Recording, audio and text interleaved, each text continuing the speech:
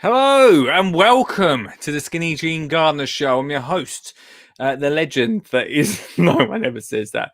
The legend that is Lee Connolly. If you're watching this on playback, then thanks very much. Be sure to share it. Let everyone know. Tonight we have RHS, Schools Campaign for School Gardening. I didn't really start that very well. But the campaign for school gardening, Alana Karma is coming on the show. Very excited about this interview. It is a pre-record, but it's coming up at 8:30, which I'm very excited about. And tonight, more positivity, loads of new stuff coming for you as well. Some big ideas that are coming in 2021 that I want to share with you a lot later in the show after the interview. And more positivity. I don't know what it was about yesterday's show. I felt it was a Monday. It started off good. It started off positive. And then, I don't know, it took some twists and turns that just didn't quite feel right. Some more positivity coming on tonight's show. But before I do actually, should we do the intro and then I'll do the apology after the intro? Let's do it. Facilia. Or Pacilia, if you just read it off there. Yeah. Oh, I'm on. Oh, I can't hear you, Anon. I've done something wrong with the thing. Anyway, elephant poo is what I got. Good evening, Lee. How are you? Great, mate. Your signal is always terrible, but I'm good, my friend. Excuse me.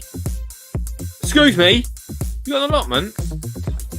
When I go, don't put artificial grass on top of me, all right? Are you going to get composted, Lee? Yeah,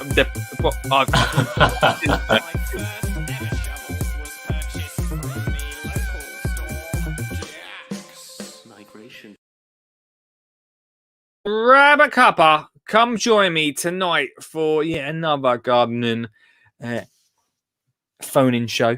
Losing my words a little bit, running a little bit late before I got to the studio. Look, before I continue tonight's show, I've got to, before I say hello to you, make sure you put in the comments that I'm here. Say hello. And I've got to make an apology before we get on to today's show because yesterday I made a statement which I need to apologise for. It doesn't usually happen on this show, but I'm going to apologise for it now. And it was a statement about Monty Don where I may have called him an idiot. Firstly, I apologise. I didn't mean idiot. Secondly, please don't send your lawyers around. I apologise. I didn't mean idiot. I meant it in jest. If you listen back, it was in jest. I was only messing around. Please, Monty Don, don't send your lawyers around. It's been bothering me all day. I know he watches. So I just want to apologise right here, right now. Monty Don, I'm sorry. Right, let's get on with the rest of the show. Like I say, tonight, no string talk, I'm afraid. That was yesterday's show, if you want more string talk. We have got RHS Campaign for School Gardening on the show tonight. Alana Karma, she's so nice, and I don't know how, maybe a couple of years now, we've bumped into each other. Really good to chat to her the other day, and that's coming up at 8:30 tonight. So if you're ready for that, then please do. We got a little bit of kids chat. We can talk about kids gardening a little bit. I see Stuart's in the group tonight. Hello, Stu.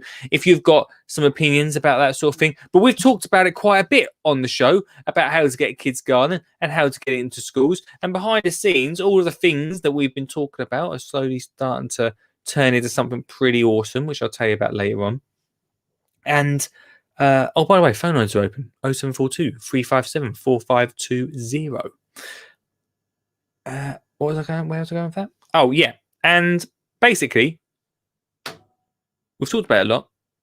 I didn't feel like it was right to not get the RHS on to tell us what they do and what part they bring to school gardening, because I feel that's a big thing. I want to learn more from them. Hopefully they want to learn more from me. Probably not.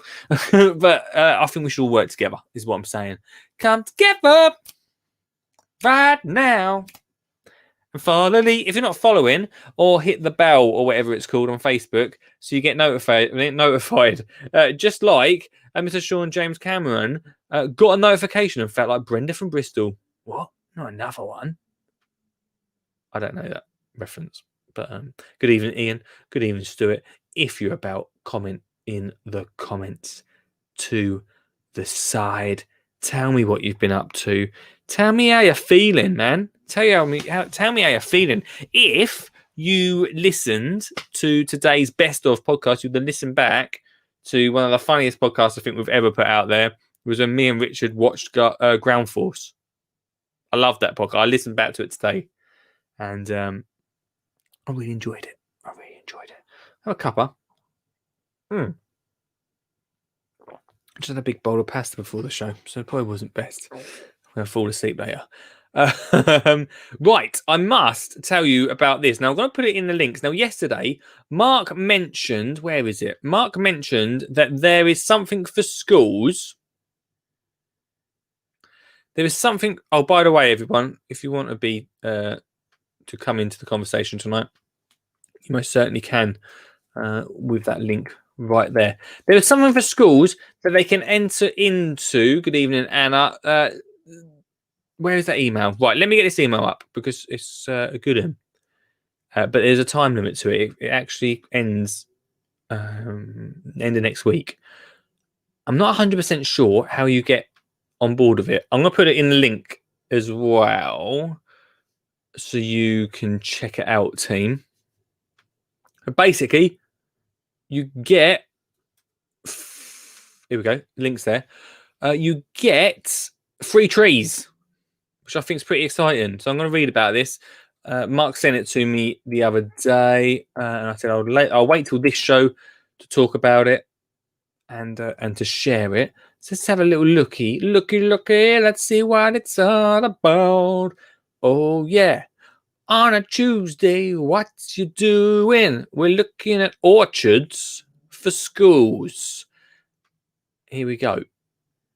So if you're a teacher or anyone like that who wants to get some trees into the garden, Frank P. Matthews has teamed up with the Tree Council to supply orchards for schools. All nurseries, primary schools and secondary schools, both dependent and independent, are eligible to apply for a free orchard pack, which will include fruit bearing, wildlife enhancing and carbon storing trees. I don't know how many you get. We're giving away free orchard and hedgerow packs to inspire teachers and pupils around the country to get outdoors, plant and care for trees. Teachers will also receive an engaging set of resources designed by experts and teachers, all linked to the national curriculum. Well, that's handy.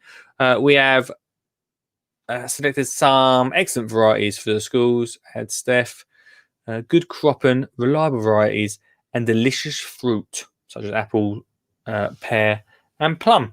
It's a great way for children to learn about nature and get some healthy free food. Right, how do we do it? That's the question. An application can be downloaded from thetreecouncil.org. Let's have a little looky on here. I don't know if you'll be able to see this screen that's just popped up. It's currently loading. We'll come to that in a second. That's a good comment you just put there, Stu. It's one of the reasons. Come on, load for me.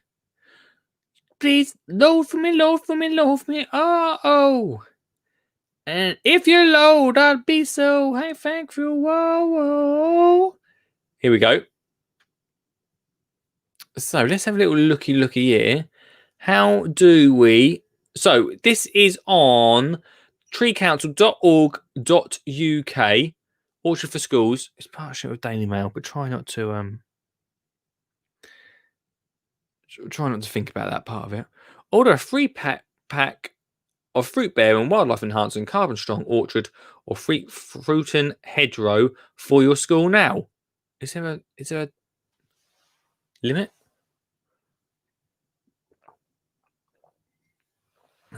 Here we go. Schools in Wales that apply by the 6th of November will see their tree hedgerow pack between... Oh, here we go. So, Our tree suppliers are continuing to operate as normal, though the government intend for schools to apply for tree houses before midnight. So you've got to apply before midnight, 16th of November, to receive your packs on the following date. So you've got to the 16th of November to hit it up. If you're a school, if you're in the education business, then Orchard for Schools, the Cree Council. Thank you so much, Mark, for mentioning that and showing us all and letting us know about it. That's really helpful, man. And if you've got anything else like that, things like that, we're going to go on the Garden Club website to make it easier for schools to see these things. Because sometimes, I mean, I would have never known about that. And I feel like I do a lot around school gardening. You'd think they'd mention it to me. You'd think whoever come up with it was maybe, I don't know. I don't read a Daily Mail, so maybe it's not for me. Maybe it's not for me. Maybe if you read a Daily Mail, you probably know about it. Makes sense, wouldn't it? But be handy to know. Just be handy to know more. Right, let's have a little look at the comments. You can comment throughout the live show. If you're new today, then hello, how are you doing? Please let me know you're about. Say hello. Stuart says, I've found the RHS a bit hard to keep up with. If you saw all the paperwork I had to do just to get each level, we are now on level 5. Yeah, there's a few levels with RHS. Trees and schools, we have been given some fruit trees from the RHS for level 4. Well, that's handy. There is different levels, and this is the interesting bit. Now, I don't want to totally dissect. Got flies in the office again. Dissect what the RHS do, because I think actually what they do is fantastic stuff. But I have heard this, and this is one of the reasons that I got them on, just to sort of find out what they all about. Find out more about the RHS, because like I say, it's very easy. And I always say this, it's so easy to say, nah, the RHS are rubbish, mate. Nah, they're rubbish. Don't do this, they don't do that. Chelsea's for the champagne people. And, you know, we talked about that the other day, didn't we? But actually, I think they do some really great stuff.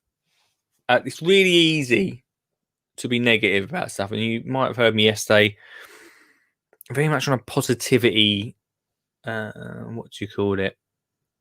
A positivity streak. Not really positivity streak after last night's show. Where a bit like garden centres, it's really simple and really easy to sit there and say, yeah, they should be doing this, they should be doing that. It's very easy to say, RHS should be doing this, RHS should be doing that. Sean says, Wednesday, Lee apologises to RHS. It's very easy to do that, isn't it? And that's why I've got them on today, because I really want to get their side of what they do and find out a little bit more about it. But I have heard from a few different people that sometimes it can be a little bit difficult and there's a lot of paperwork. It surprises me about how much paperwork there is to do for each level. And if Stu can come on later, that'd be great, because I'd love to find out a little bit more about what he has to do to get these levels. If you don't already know, there are different levels of their awards. In fact, can I get their website up? Can I do that? I'm sure I can.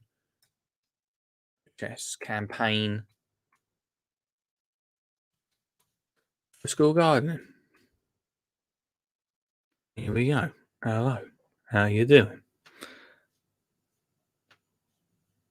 So if you check out the RHS website, not that one. Let's just share the screen to that. Okay, here we are. Okay, so welcome everyone to the RHS campaign for school gardening website. Now, what Stuart is talking about these awards is here, School Gardening Awards, which I think is a really great thing because it gives different levels to what you have to do and sort of probably keeps them going a little bit more, like keeps the kids aiming towards something, I suppose. So different levels are, here we go. Level 1. This level is about planning your garden project and identifying the benefits to school or group. Please hold. Read more. Oh, I don't really want to chuck onto there. But basically, it's about planning. Okay. Oh, yeah, I can show that in a second. Please on that. Should we go into more detail? No, let's not go into too much detail. Come on. The internet's so slow tonight. What's going on? Okay. So level 1's about planning. Then level 2, you should be beginning to grow plants and use tools safely. And for each one, you get a prize. So for the first level 1, a colourful growing year calendar full of tips, activities to do in the garden. Then if you do level 2, an RHS garden book full of tips and guides, plus vouchers for garden tools. Level 3 is about building on practical skills, growing in a range of plants and understanding environmental issues. And then the prize for that is a Rocket Gardens voucher for 3 boxes of vegetable plants for your group. Then level 4, you should be using tools professionally, growing and harvesting produce throughout the year, and beginning to fundraise for the garden. And if you get that, a super seed bundle of Mr. Follicles. So, I didn't read that one before. If you should use tools professionally, I'd love to know from Stuart. How we proved that one. Then finally, level 5. At the final level, you should be sharing the garden with your local community and passing on skills to others. And I think this one, and we did touch on this, I think, in the interview coming up. I don't want to go into it too much because it's a real great chat. It's a real good one because I think community gardening and bringing parents and people into it is really important. And it makes it so much easier if you're a school to bring parents and everyone involved in it. It does make it easier. But we've talked about this before, haven't we? We've talked about it. I don't want to go on too much.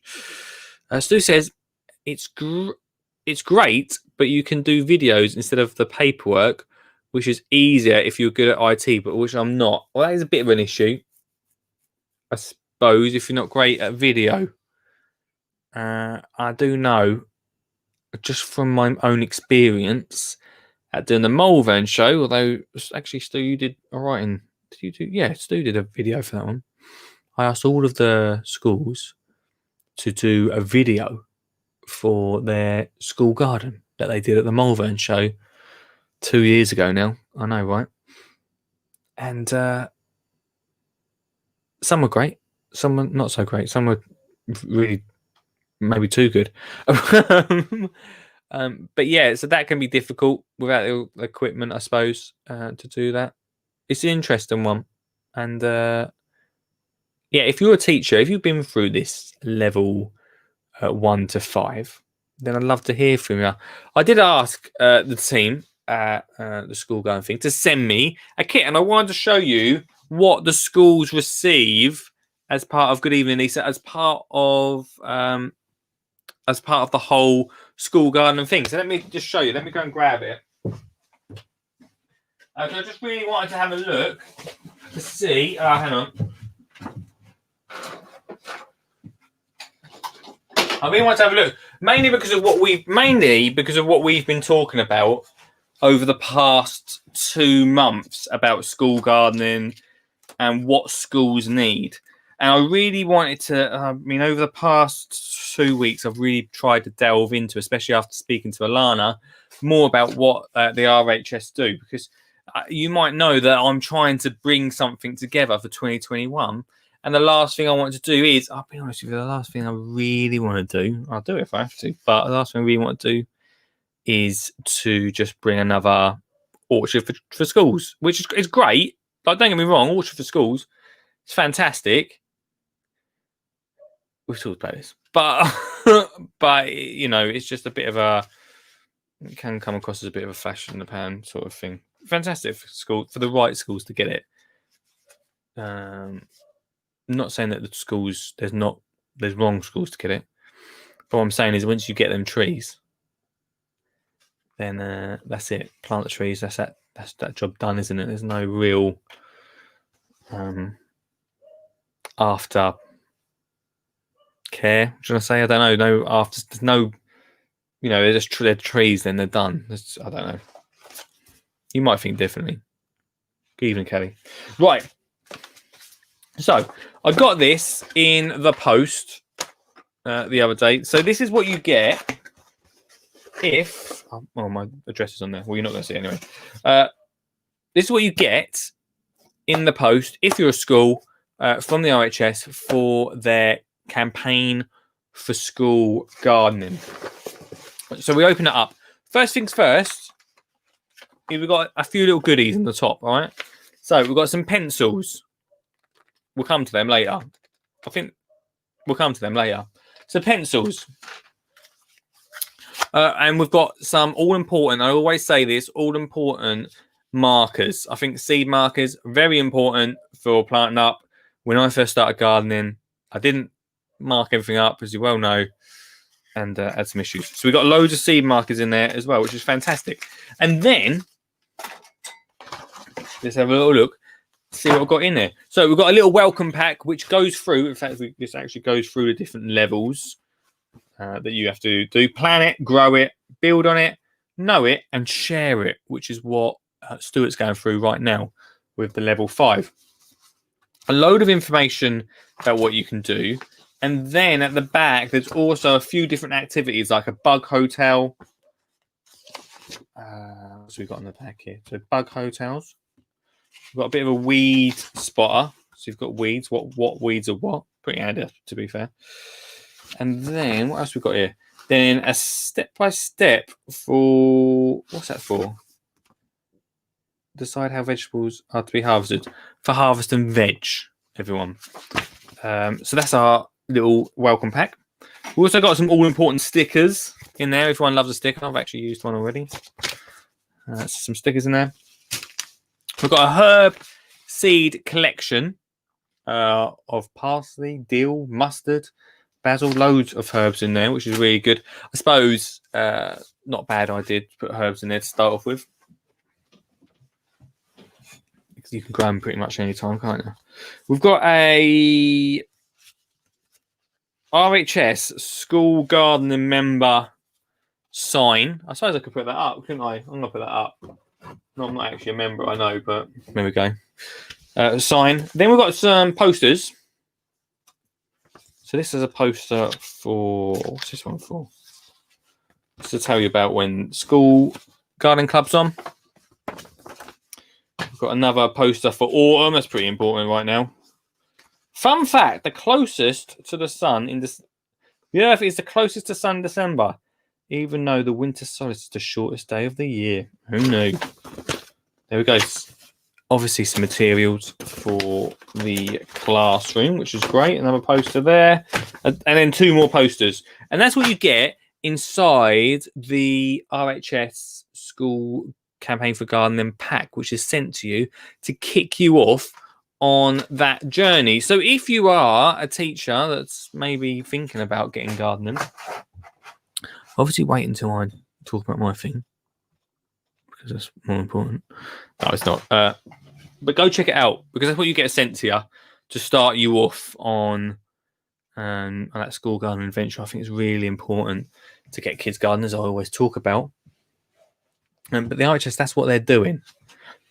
My biggest, if I have to find a problem with it, my biggest problem is pencils, because I can't get enough pencils at Oliver School.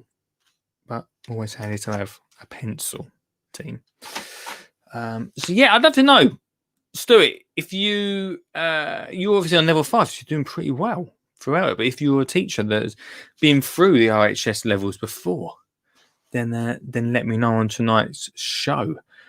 In about 10 minutes, we've got Alana Karma on the show talking about the RHS campaign for school gardening. It's a big thing at the moment. I did ask Olive. I think she's growing. Now, here's the thing. I'd asked Olive tonight. I said, are you doing any gardening at the moment? She's like, oh, yeah, we're growing something in a pot. I said, what is it? She goes, it's a bean. So I'm guessing it's like a broad bean. She's got a bean grow, apparently. She could, I don't know sometimes with Olive. I don't know if she actually has got something growing, or if she just thinks that Dad would like to hear that I have. I don't really know. But yeah, I don't know at the moment. Well, obviously everything that I'm doing is not is basically planning for next year. I'm planning for Jan, but definitely from everything we've talked about over the past few weeks, it's definitely helped with a plan, which I'll talk about around 9 o'clock. I'll talk you through it and see what you think about it.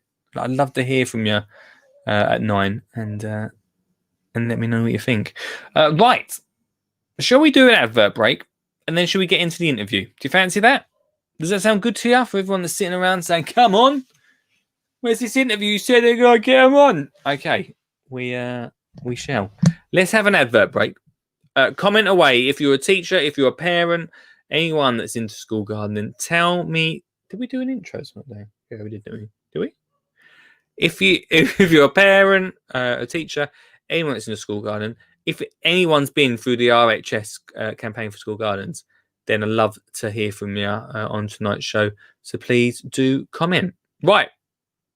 Let's have an advert break.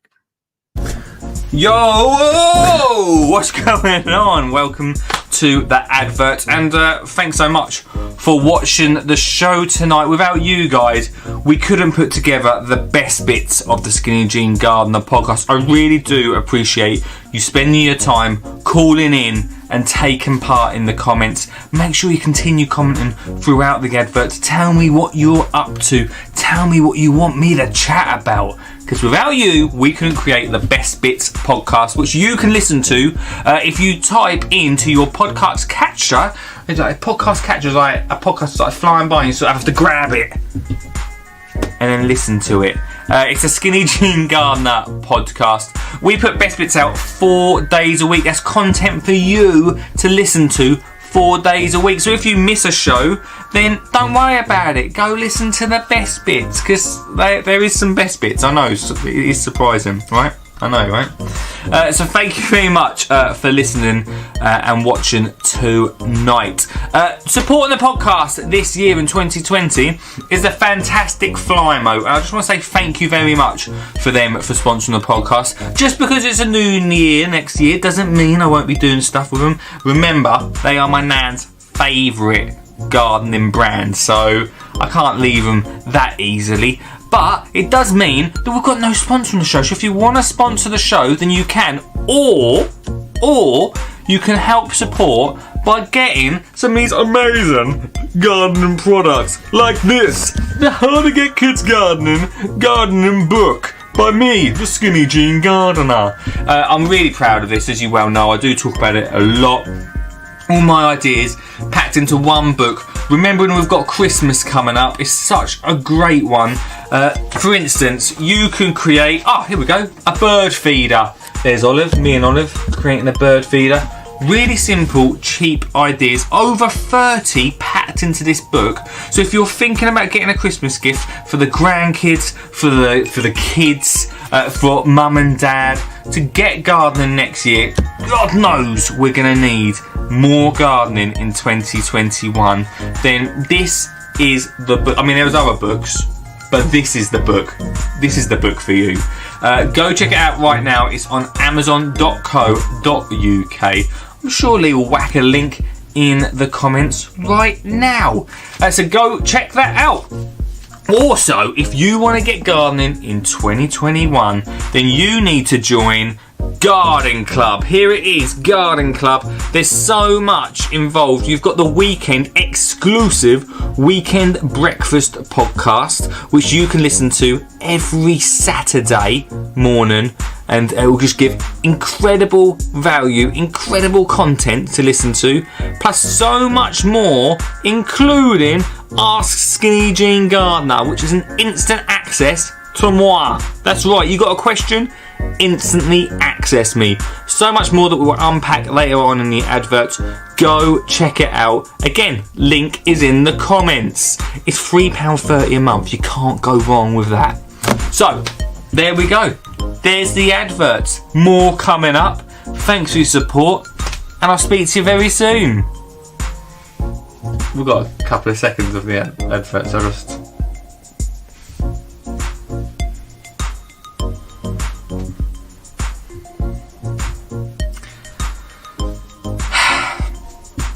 let's get on with the show.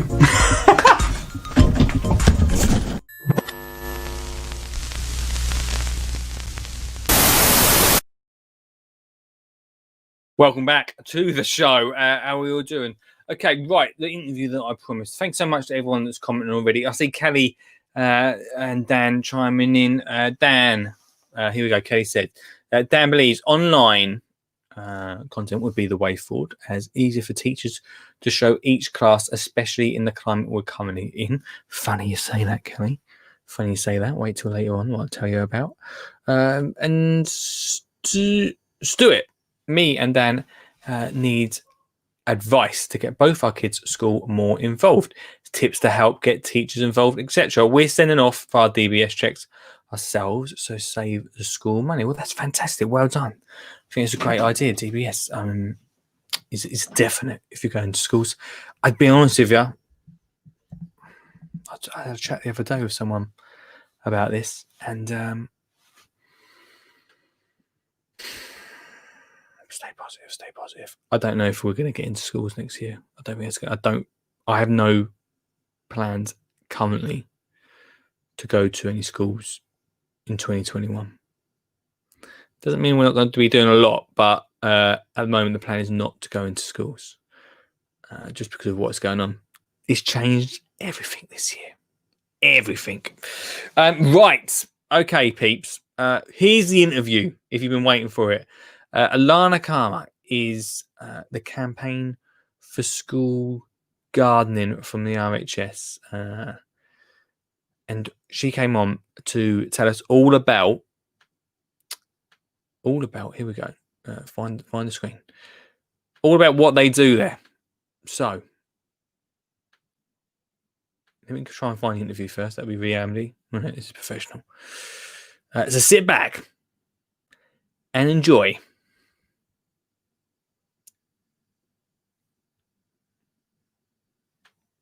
the interview.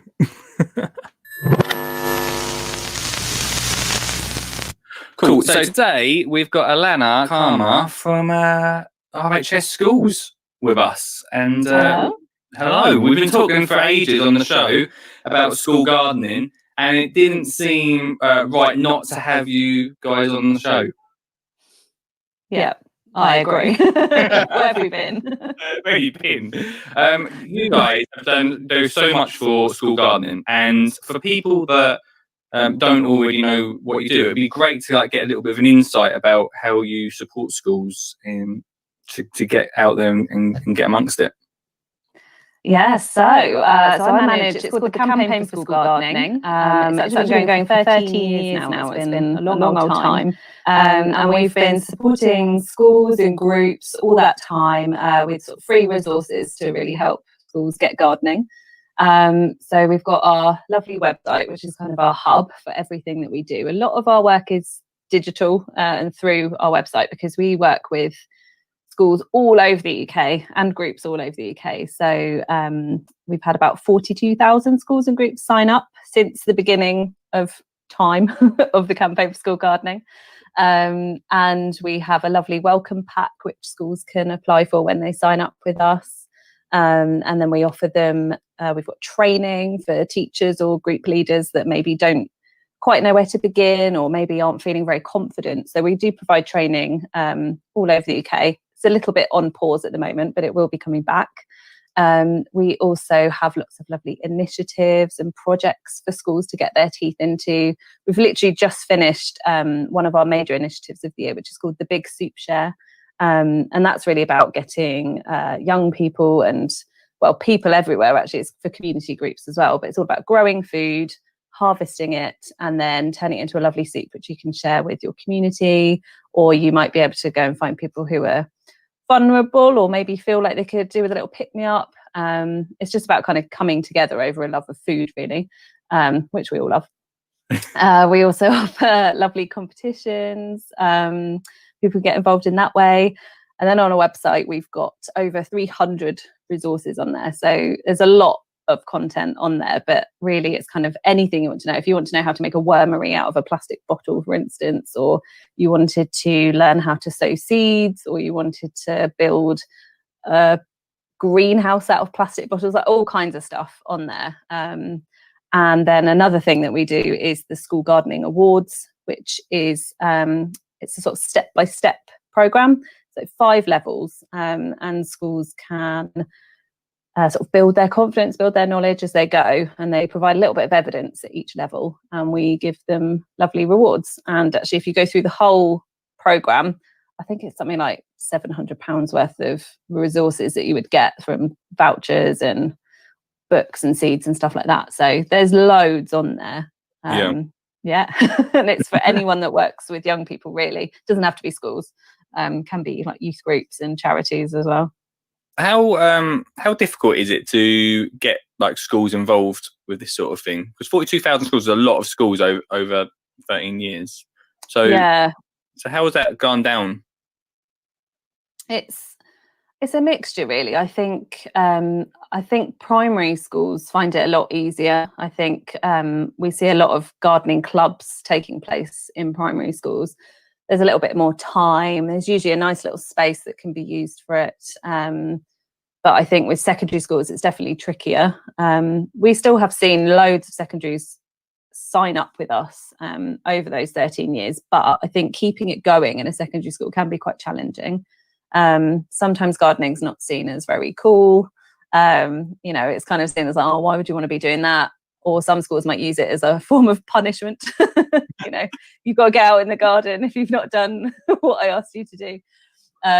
So it's just what we try and do is find as many ways as possible that give people a way in to gardening. So, if a school might think, right, well, the only way we're going to be able to do it is through a gardening club. That's great. Here's a load of stuff that you can use. Here's some fun activities you can do with your gardening club. Or some schools might think, well, we have to embed the curriculum into it in some way, which is actually a really great way of getting young people outside if you don't have a gardening club. So we've got loads of resources on our website that are linked to different areas of the curriculum. So it's just trying to find ways in, really, like I said, and like the Big Soup Share, for instance, is quite a nice like sort of project that a group could work towards. So, think, right, it's springtime, let's sow our veg seeds and then we'll look after them. But there's kind of a purpose for it at the end, which I think young people find, I think having a purpose to grow is a really great way of getting young people involved. So that kind of acts as that. So yeah, it's a mix. And you're right, it's been a lot of schools over time. Some drop off, some come back. It's sort of this never-ending cycle. For when a school signs up, what do they get? Do they get a pack full of information in it? Yes, so we have a little welcome pack. It's a nice little box, all made from recycled materials, of course. So we've got some seeds in there. We've got a little herb seed mix. Because one of the things that people think is I need a lot of space to grow, and actually you don't. You could use pots, you could do it on your windowsills. So you provide a little herb seed mix, which kind of would get you started no matter what situation you're in, because you can kind of grow them anywhere and sort of at multiple times of the year. And then there's some guidance in there on what we offer. We've got plant labels in there, wooden ones. We've got posters, got a little plaque that says you're now a member of the Campaign for School Gardening. What else is in there? Bits and bobs like that, really. Just something to kind of say welcome and here's how to get started. Start a set. Yeah. The 5 levels that they have to like go through, how long does that take for schools to do? Is that over a few years or is it over one year? How is that set out? It's entirely up to them. We're trying to be as flexible as possible because not everyone is in the same situation or circumstance. So actually you might find some schools whiz through it all straight away, especially if a school's already got an established garden. They can still take part in the School Gardening Awards. They can still work through the levels. They could just submit evidence for, levels 1 to 4 in straight away, and then maybe think, well, we've still got a bit of a way to go for level 5, which level 5 is about connecting with your community. So that one kind of pushes schools a little bit further to kind of find, those links in the community. Some schools might take years to do it. It's really up to them. It's just trying to be as accessible as possible. And it doesn't matter, if you're a primary school or a secondary school or even a youth group or whatever, or maybe if you're working with young people with additional needs, it's all flexible. So it's designed to be that way, but still give young people kind of that confidence building that they might need. Yeah, that makes sense. I really like the community side actually of it. I know that was the level 5 part, but I think it works really well because it's one of the things that like around my area we've got a community garden that no schools, or there's a couple of schools that go to it, but not enough really. And I didn't even know about it, and I'm literally like 100 meters away from it. So I think definitely getting kids involved in that a lot more, especially over like I don't know how you find this. This is something that's come up quite a lot recently from what we're doing and talking about. Is like the 6 weeks holiday part, because obviously gardening is great, but 6 weeks holiday is like prime time. Do you have like a plan for that? Is there anything that the RHS sort of do to help schools plan around that, or has that ever been like a thing? Yeah, I mean, we don't have a specific plan as such. I mean, you're right, it's really typical actually. A lot of stuff is like either looking amazing during the summer holidays or ready to harvest.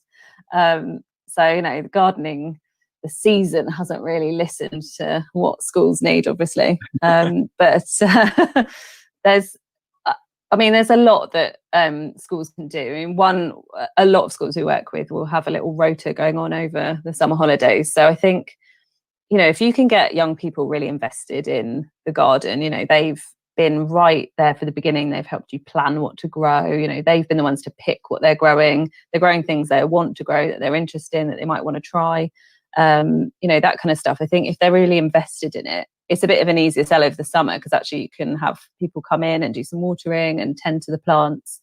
But yeah, another way is obviously to link in with the community. I mean, linking with the community is just brilliant in all respects, really. And I think that's one of the reasons why our level 5 is kind of encouraging them to do that. And the same reason we run initiatives like the Big Soup Share, because it just helps people make that initial connection. We did a survey, when was it? 2017, I think, to find out kind of what were the biggest barriers and challenges that schools faced. And one of the challenges is lack of help, lack of support, you know, not finding time. So if you sort of link up with local community groups, you might actually find that they've got some volunteers that might be willing to kind of support you. Local allotment associations. The RHS also runs the National Britain in Bloom competition. And Bloom groups really want to get more young people involved in their work. It's one of the biggest things that they say. And there is, on the RHS website, if you can find it, might be easy to Google about, there is a map on the RHS website which shows where all of the Britain in Bloom, and also It's Your Neighbourhood, that's a similar programme to Bloom but without the big competition.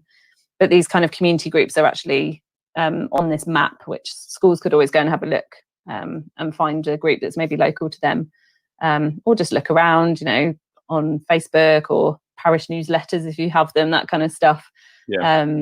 You know, find like-minded people. Maybe start off with kind of like, let's do a soup share together, or let's plant a bed together, or something like that, and then maybe find your volunteers that way. And then summer holidays hopefully won't become such a problem after a while. You won't come back to a load of dead stuff. One of the things that I found, I did a school tour in March. I don't stop talking about it because it's the biggest thing of this year that I can remember now. What I found was there was loads of fantastic schools doing great stuff, but they generally had a lot of space. And then like just a mile down the road, I go to a school which was like tower blocks and like concrete jungle, and they didn't have the same amount of space, which they felt like they couldn't get into gardening because of that. Do you find that, or is that a challenge for RHS?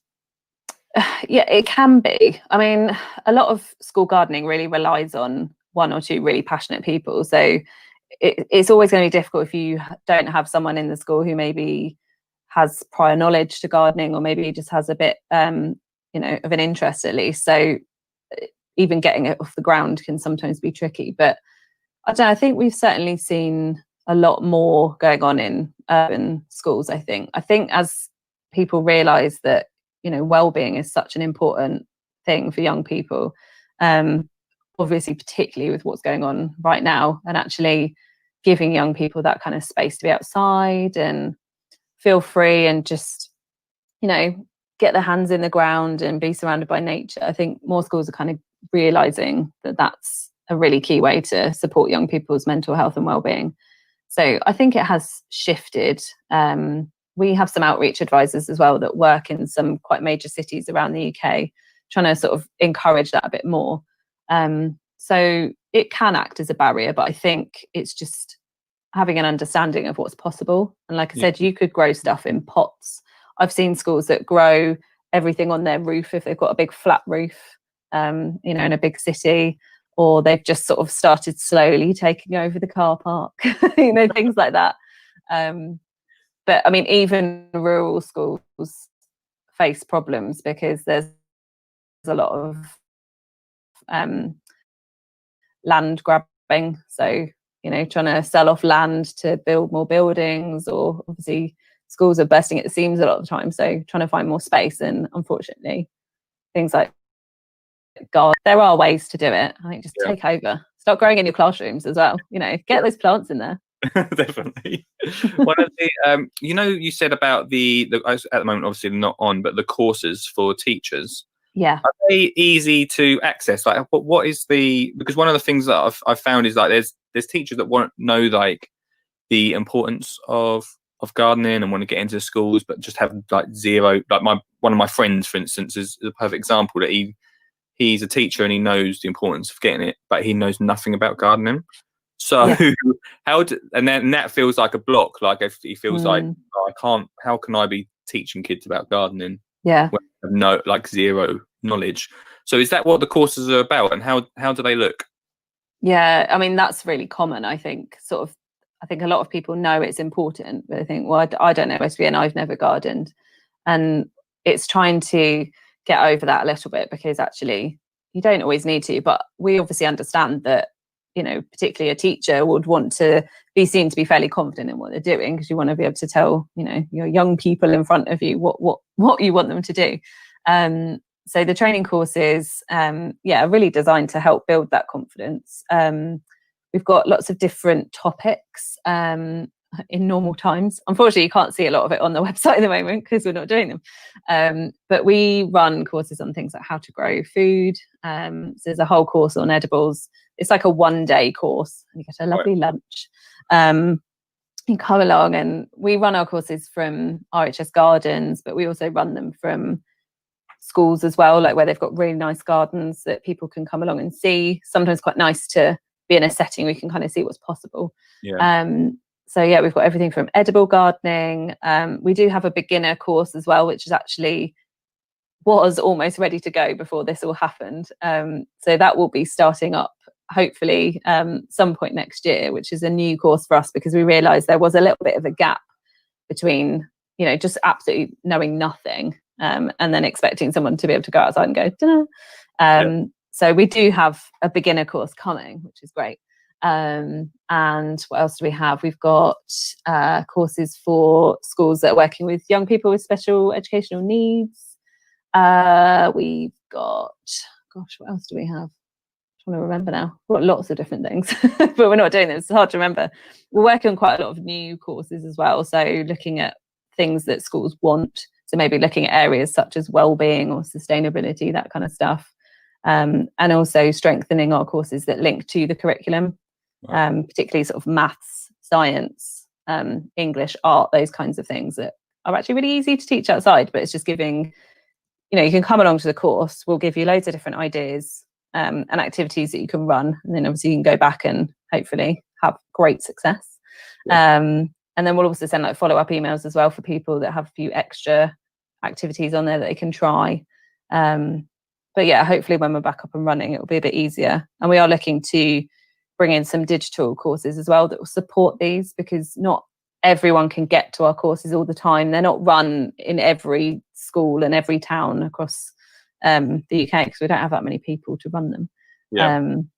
So there hopefully will be some online courses that people can come and at least get a sense of something to begin with, and then maybe if they really like it, make the journey to a garden or a school where we're doing a face-to-face.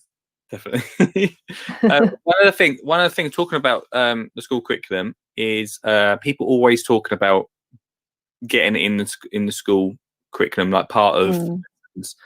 And I think there's a half-hearted, that might be harsh, but half-hearted position about at the moment about it. Is that something RHS has looked into or is behind or anything like that? It's so difficult to get a big change in the curriculum, and I'm always kind of in two minds. I think it would be wonderful, obviously, to see more topics within the curriculum around nature, growing, gardening, all this kind of stuff. But at the same time, if you make it a mandatory lesson in schools for young people, that could start to then go the wrong way. They might think, well, this is boring. You know how, think, oh, I've got double gardening today, in the way they think, oh, I've got double maths. I want to make sure that gardening and growing doesn't become, that it's fun still. It's an escape from the classroom. So I don't know. I think it would be great if the curriculum did open up more for more subjects. And I think, we'll always keep trying because it is really important. And, in the interim, like I said, we've got loads of activities that can be linked. So you can still get your kids outside for any lesson. You could easily get them sketching to, for art, or even just sort of measuring out your beds and that kind of stuff you can use for maths and learning, sowing seeds, blah, blah, blah. There could be loads of stuff that you can do. So yeah, it's a tricky one, the curriculum side of things. It probably is easier to go from sort of higher education, where there's a bit more freedom to kind of bring new courses in, new subjects. But yeah, the Scottish curriculum, however, is fantastic. Scottish curriculum have got it down. They've got loads of gardening woven into the curriculum. Oh, really? Yeah, it's brilliant. I mean, gardening in Scotland's kind of, they know what they're doing up there, even though it's harder. Can that not be like, I was going to say it's harder. Can that not be replicated down here then? I mean, hopefully, maybe. It's tricky. They're quite different, the way the curriculums work across different countries in the UK. It's very interesting. And the Scottish curriculum seems to just be very different. But I don't know. We keep trying. I mean, the RHS has a lot of sort of connections into the government, trying to, because it's not just about school gardening as well. There's loads of stuff that obviously we're always trying to improve. So yeah, maybe one day we'll just keep going, keep fighting. If we want to find out more about RHS campaign for school gardening, where do we go? So our website is schoolgardening.rhs.org.uk, or you could just search school gardening and it'll probably come up. Thank you so much for coming on. Oh, thank you for having me. It's been lovely. Awesome. Thank you. Yo! Focus. Second advert of tonight. Thanks so much for sticking with us. And what a great show, right? And just in case it's not great. And what a show. It's, it's usually better than this. So, just covering all steps. There. One more. Oh, and sorry about what he just said, but welcome to the show.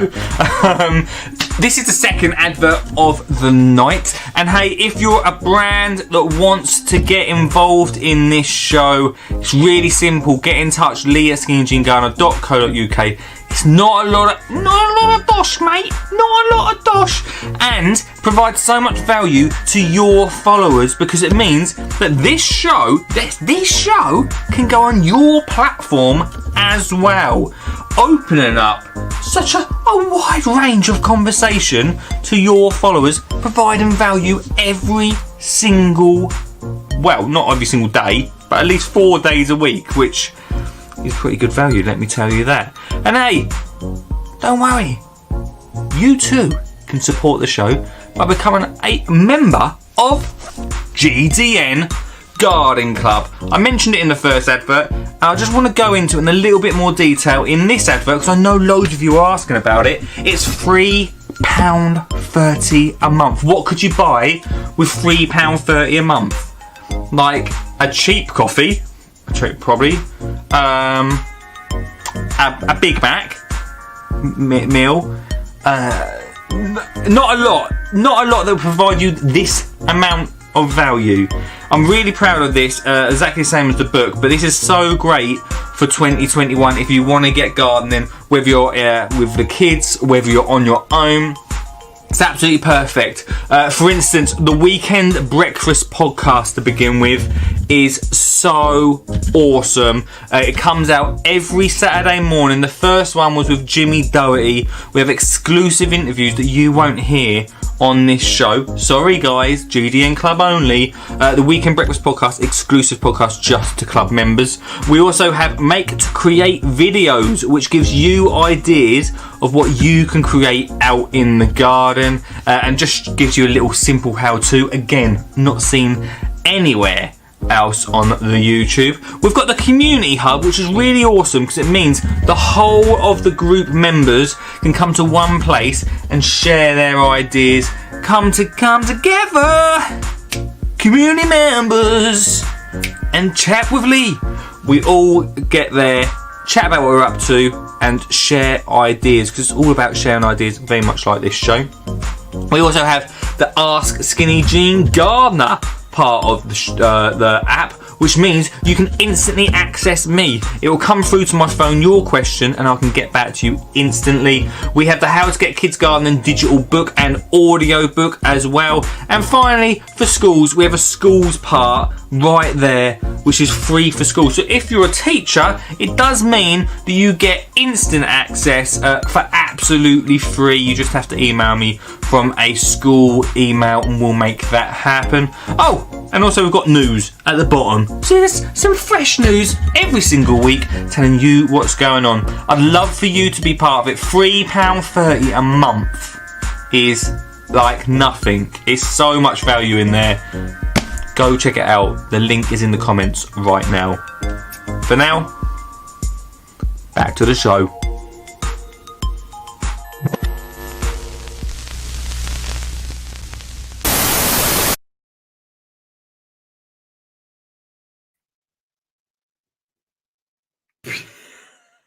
Back to the show indeed. I don't know why I brought that up.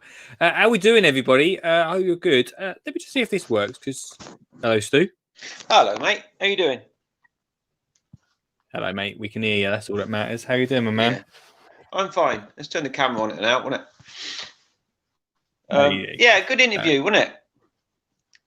Yeah, man. It's interesting, hey? Yeah, definitely, dude. What are your thoughts? The training courses are really good.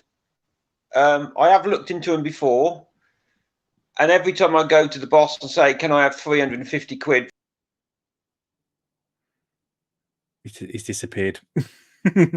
Every time he goes to speak to the boss and asks for 350 quid, he gets disconnected from his phone. I don't know what happened to him. He's is he coming back? He's not. Hey, hopefully we'll get to it back later on in the show. Real interesting one tonight, talking about RHS campaign for school garden. If you have had any involvement with them in the past, or if you've ever thought about getting into it, I'd love to hear from you. Just like Stuart tried to, but just not great internet tonight for either him or both of us. So here we go. He's come back. He's come back. He's trying to come back. I can see we've got a waiting room here on the show, and I can see 2 Stuart Jacksons now, which no one needs. Hang on. Oh, No, you don't. Good happen, guys. Thanks so much, Lisa. We enjoyed that chat. Here we go. Here he is. Look. Is that better? Much better, mate. We can see you now. How you doing? Oh, fab, mate. Yeah, good interview. I quite enjoyed it. Thanks, man. What's your thoughts? The courses sound really good. I've looked into them before, but 350 quid a day is a bit much for me. Right. Is that how much courses are? That's the complaint about. They're quite expensive, but they're regional. So you can have one in the southwest, one in the southeast. So you do have to travel as well. But I think they could do them like clusters would be a lot better. If into, I don't know, say Colchester, and do all the primary schools in Colchester over a couple of days, rather than you having to travel into London, or I think there's a way around it. There's always ways around it. But they do talk a lot of sense. And I have found it quite frustrating at times, but then the rewards are really good. Tell me about it, man, because you've been through it. Like you've been through the level 5.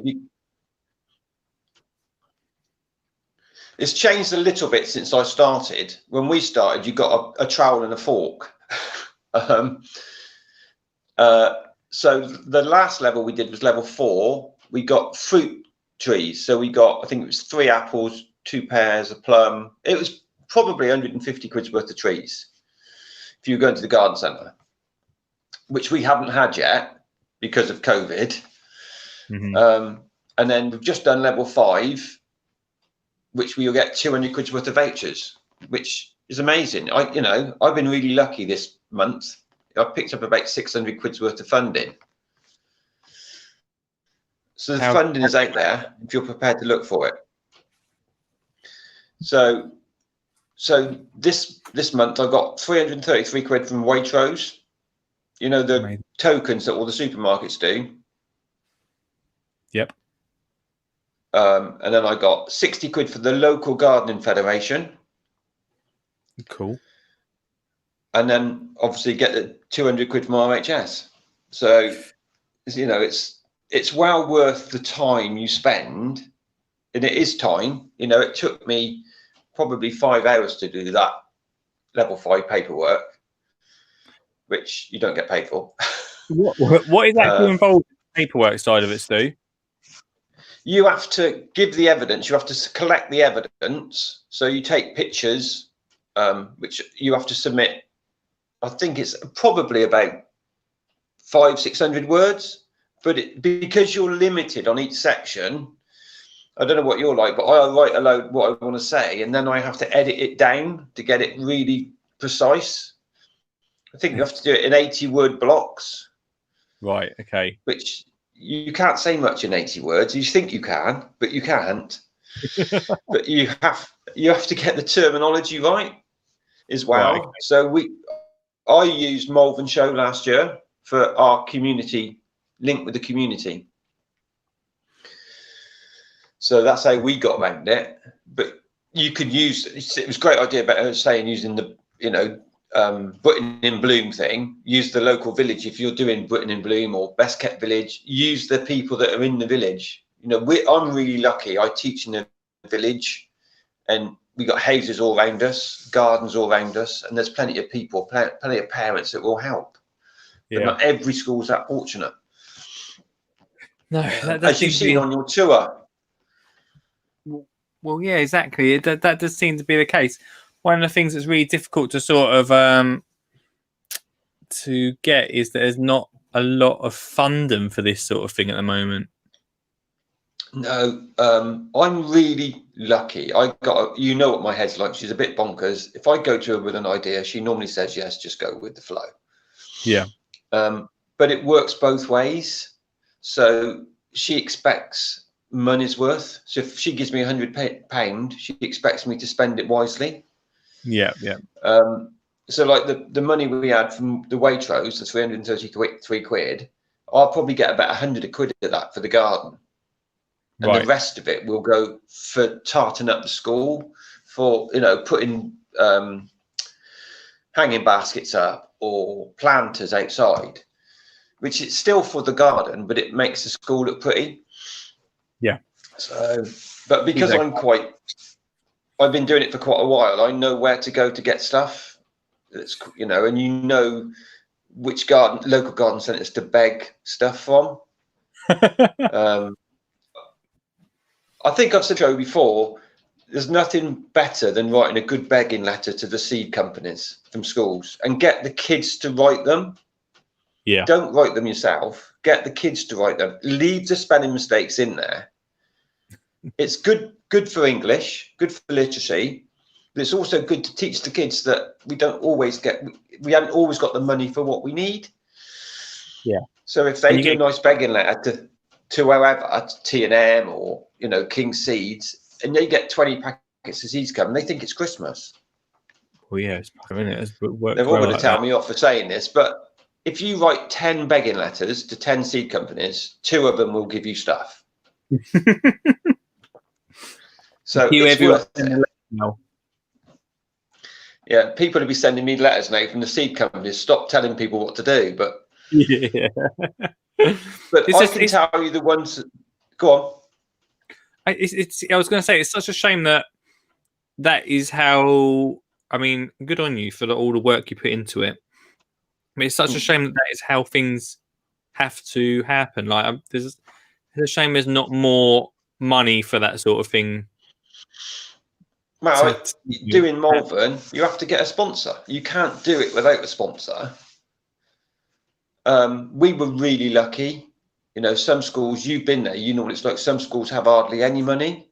Yeah. You know, the first year I did it for 50 quid. Wow. The last show garden probably cost me 250 quid, something like that, which I felt was a lot of money. But you know, there's a lot more money that gets spent. But what we had left from the sponsors paid for my polytunnel, or our polytunnel. Yeah, of course. Yeah. So we've not only used it for the Malvern show, we've used it to improve the school facilities. Yeah.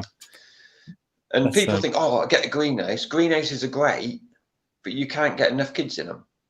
You need to be able to get half a dozen children in at a time. That's a good point. So, and you've got to think about that as well. Once you've completed the RHS levels, what's next? Skinny Jean Gardener Club. Sure. Sure, mate. But there's nowhere else to go. The RHS stop at level 5. And by then, I expect you to just continue doing. Yeah. Continue or bang into self-fund yourself. Yeah. My aim is to get the garden at school to be self-sufficient. That is my aim. So that I don't have to go to the head and say, I need another 50 quid for this or another 20 quid for that. You know, when you know yourself, you go and buy 6 bags of compost, there's 25 quid gone. Yeah. And it doesn't take long to use that 6 bags of compost. No. Because how well I work. I just chuck it on the floor and the kids get on with it. So you probably waste half a bag of compost. But gotta make up for that. But it's all about letting them explore, letting them have a go. It's not about what I want.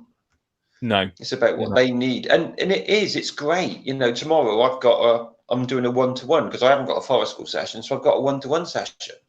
And that's going to be amazing.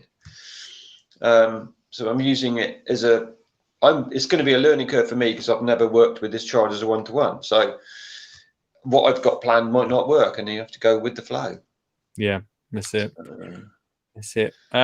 Stu, without you being at that school, and I think I might have asked you on the show before about this, but without you being at that school, how much gardening would still be done by the other teachers? Well, when I got there was no gardening being done. No. The school I left, the greenhouse that we got when we bought a greenhouse, we raised the money and got a greenhouse. That greenhouse is now empty. And that's the problem. If you take a key person out of the scenario at the school, it stops. I'm really lucky because the team that I've built up since I've been there, if I have a week off or a fortnight off, somebody will take over. If I was to leave tomorrow, I'm not so sure. Somebody might do it for a few weeks or dig up the carrots or whatever, finish what I've started, but then would it continue in a year's time? I don't know. Because money's just getting tighter and tighter. And this is why I want it to be self-sufficient. And if it's self-sufficient, they're more likely to do it. Because if they haven't got to go and ask for money, if there's money in the pot, they haven't got to go and ask for it, then they're more likely to do it. Yeah, 100%. It's just the way it is. It's just the way schools are. The money's getting, you know, you got a daughter who probably it's tight.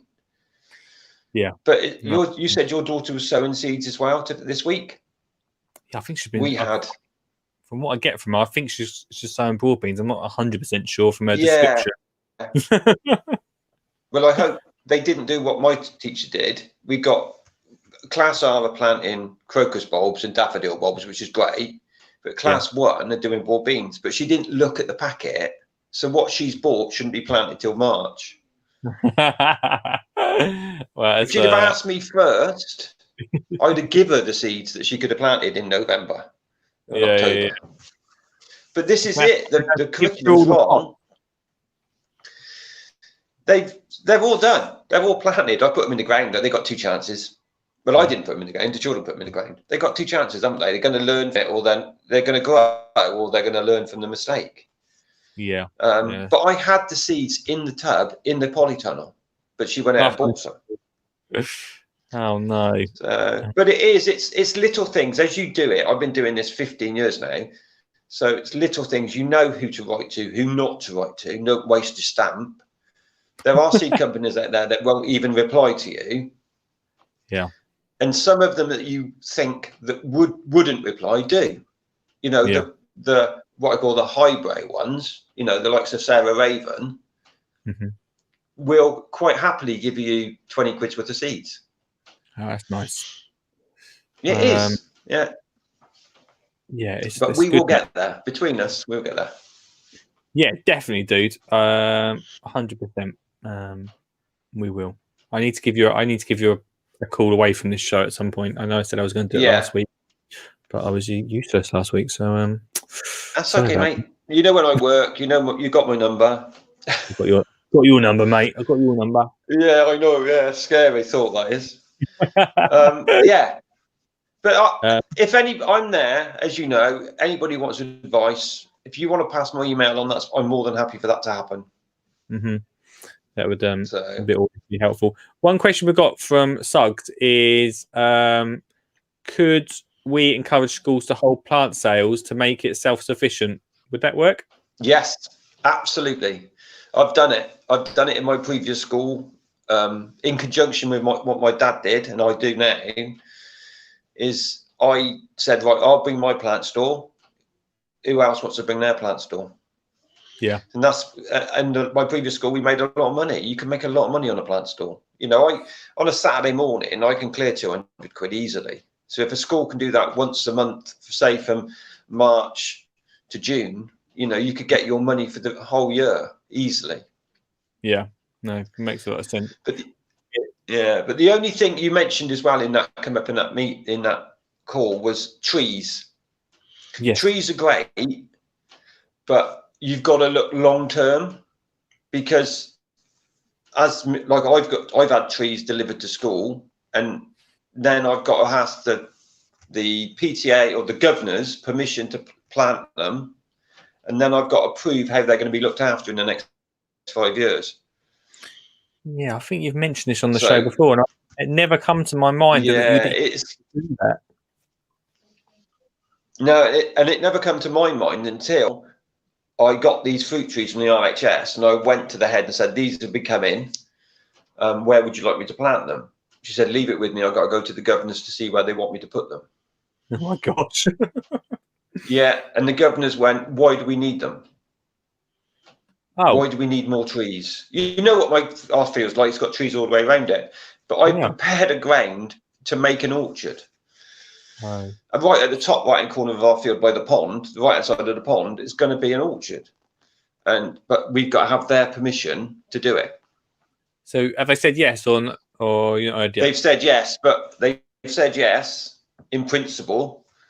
And then because they were supposed to come this spring, but they're going to come next spring now. So if it's been put off for a whole year, as long as COVID, so that will be a task. But the ground will be perfectly ready for them, because I've covered it all up. There's no weeds, and a membrane will be put down. The children will put them down. I won't put them in. I just supervise as always.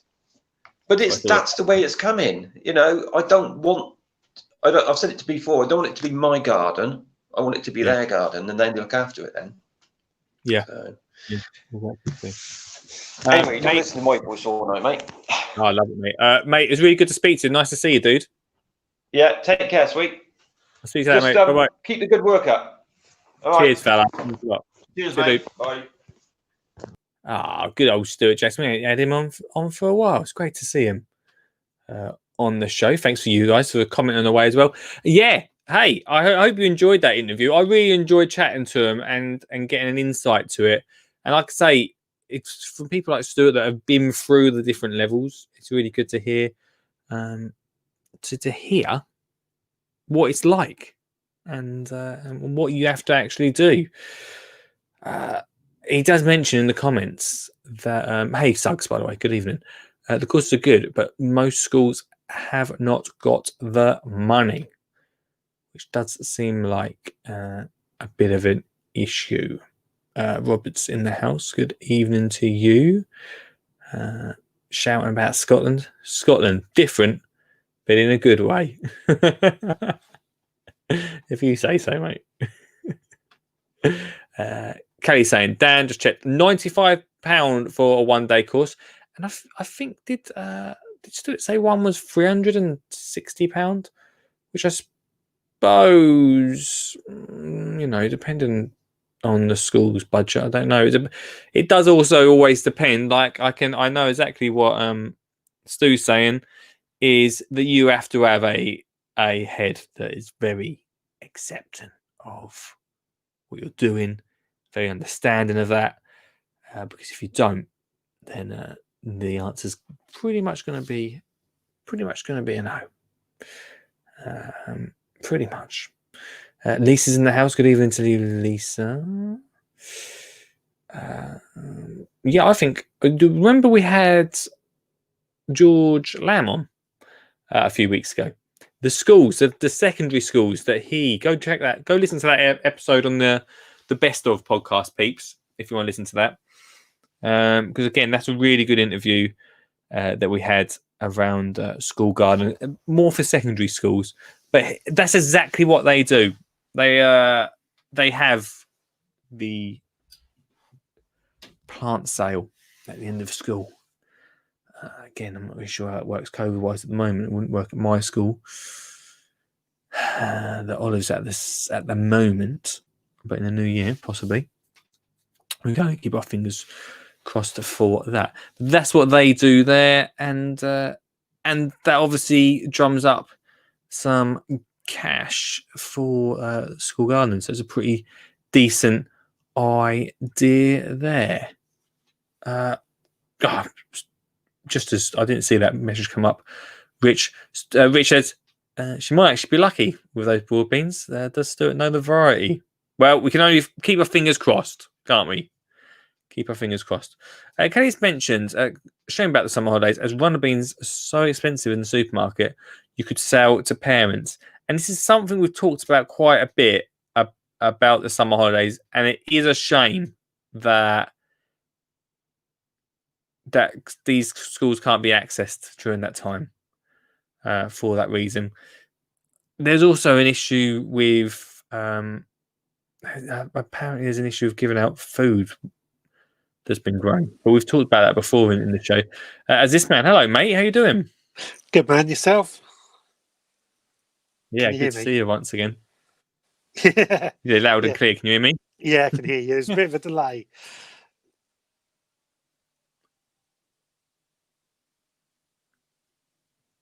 How you doing, mate? What's going down? Yeah, I'm all good. Unfortunately, I missed your interview, so I've got some homework to catch up on.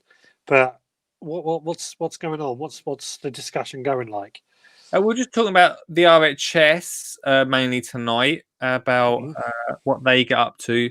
There's 5 levels for the Growing Awards. Stuart was talking about he's been through it, so he's sort of had a bit of experience from it. Also talking about, during the interview, Alana mentioned about their courses they do, which are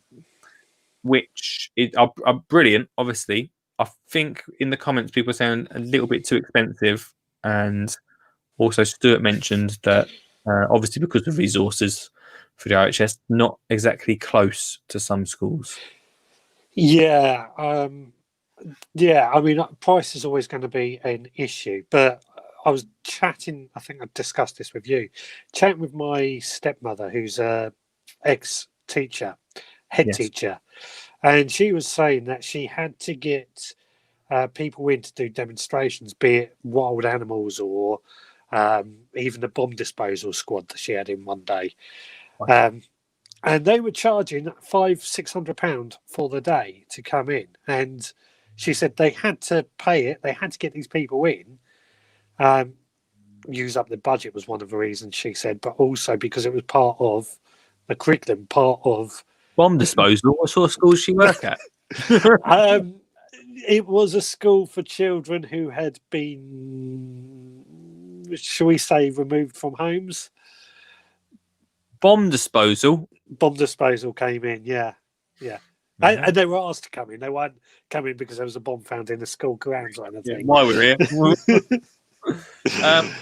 Yeah, it's a hard one, isn't it? I mean, it really does depend, I suppose, on whoever's in charge of them purse strings, I suppose, about where that money goes and whether it's a decent proposal. Is that maybe the word? Like, yeah. Is it well played out? I suppose a talk is pretty simple. I mean, if that's what they're getting for bomb disposal talks, maybe I'll get into bomb disposal talks. Have you ever disposed of a bomb before? Not yet, but I could definitely try. Fireworks night is coming. You only have to fail once. Yeah, that's it. Is that what you learned in the class? I can neither deny or confirm that accusation. Yeah, so crikey, where I was going. I suppose it's a little bit easier for them sort of things to say, this is what these people come in to talk about this, and then this is what the kids are going to get from it. Expensive. Yeah. Probably about expensive. Yeah, I mean, I was surprised, but she said they had to pay for it because that's the only way they could get these children engaged in these particular fields. But something that she brought up, and I don't know if Stuart has any thoughts on this, about trying to get the gardening into schools, is actually at the moment, kids being able to be fed is a big thing in the schools. Yes. And perhaps that might be a route to go. So sort of saying, you might be charging XYZ for us to come in and do this, but your kids are going to be able to go away and be able to grow food on their own. Yeah, I mean, I think that is going to be a really good way of framing that sort of thing, just for kids to know about how to grow their own food. Yeah, be able to do it at school, and then also take that knowledge back home is massively important, and can really make a difference to that. I'm not saying that children are going to go home and feed their family by the knowledge, but it definitely helps.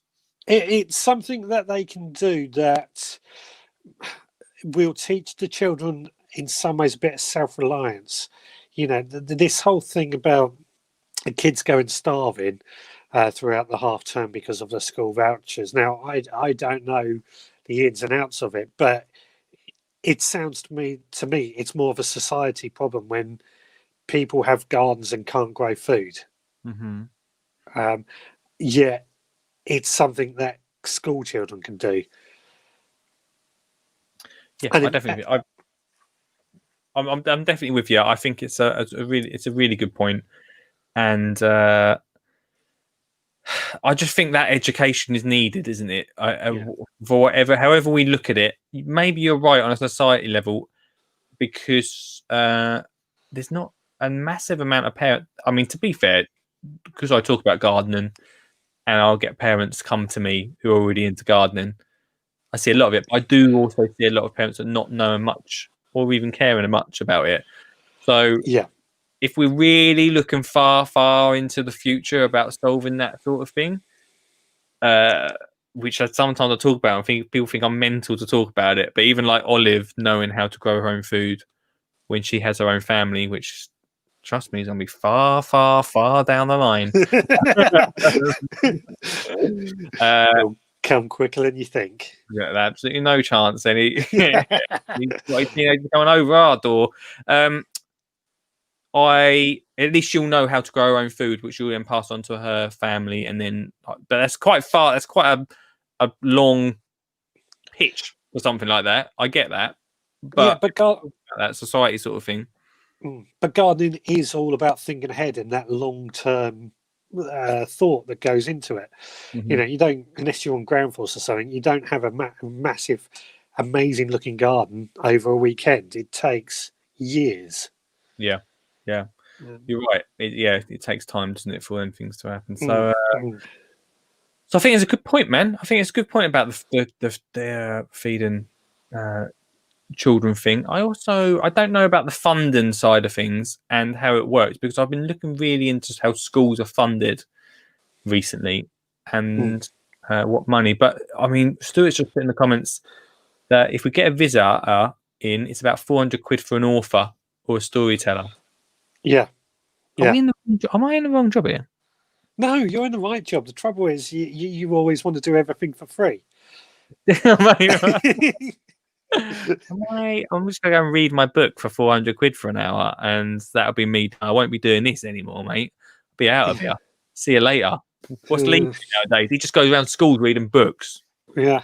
Well, Phobesy does have one school that he goes, and he's a patron of reading for. So he goes in there once a year, I think it is, and teach them, talk about reading, writing, and then he goes on to filmmaking and does a bit of filmmaking with them as well.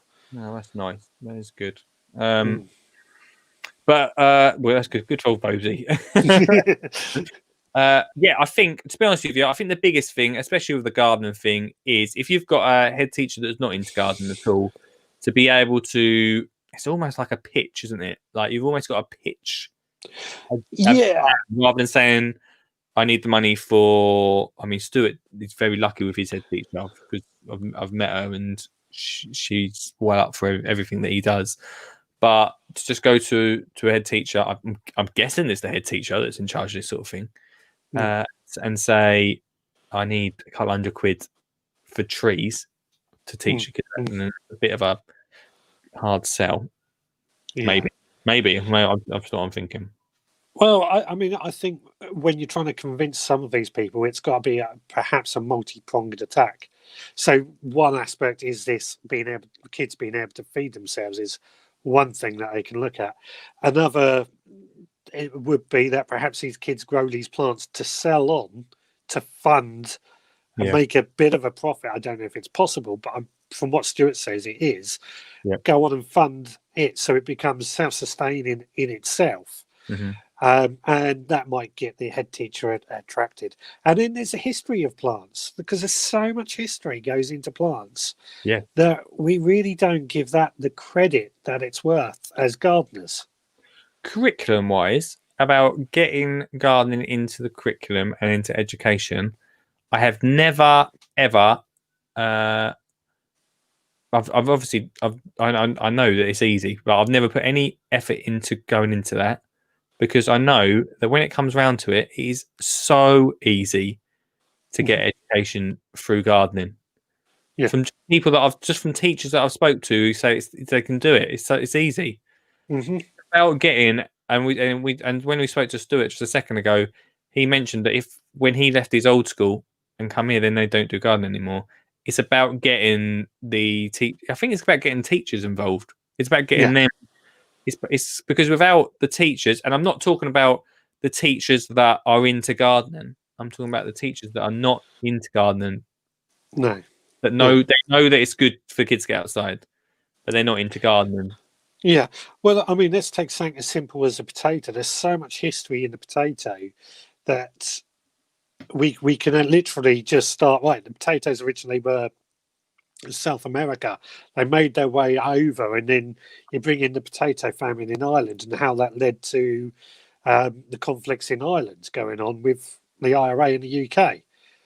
For a primary school, but but it's history there in a nutshell. Yeah, you're right. I was only messing with you. You're 100% right though. Everything. I mean, even on this show, we've talked about the history of different plants before, haven't we? And behind that. So, as Stuart should put, education and gardening should be easy if you can do it anyone can. Schools can get potatoes for free. He's big on potatoes for free. There's a lot of these things that you can get. I think what's his name, Mr. Peter. We met him. Seabrook. Yep. He does the Nice potato bloke. thing. Nice geezer. He does the potato thing, doesn't he? Given 1 billion potatoes out each year. There's loads of them different things, and as part of my school's thing that I'm doing on my little club thing, is going to list all those sort of things, so it's easier to find. But there's a lot of them. Like I started today's show talking about orchards for schools, which Mark sent me. I had no idea about it. You've really got to do your research and look into these sort of things. And even Stuart that takes time. And then talking about time, Stuart spent 5 hours completing the paperwork for the level 5 RHS. That's time. If you're a teacher that's not into gardening, there's a lot of stuff teachers have got to do. Not everyone's got a Stuart at hand. I think that's where you can step in and have everything in one place. You have this orchards for schools here, or you know of it, and the potatoes, everything's about, so they can come to you and you can go and say, right, you can try this, this, and this. It's that they haven't got to do the work then. There's loads of free product out there that makes it that can make it affordable, and make it easy. But just people finding it, isn't it? It's just people finding it. Yeah, but I mean, that's always a trouble. Finding the information is always so hard sometimes. It's almost like they don't want it to be found, I feel sometimes. Maybe a little bit. I mean, if you're doing orchards for schools, I mean, it's not going to be cheap to get rid of that many trees, is it? I mean, if everyone knew about it, you'd be like, okay. Maybe you're right. I don't know. Maybe it's. We did talk about this at the start of the year after my school tour thing, and I've talked about it to different people a lot this year. Is PR? It's a PR exercise, man.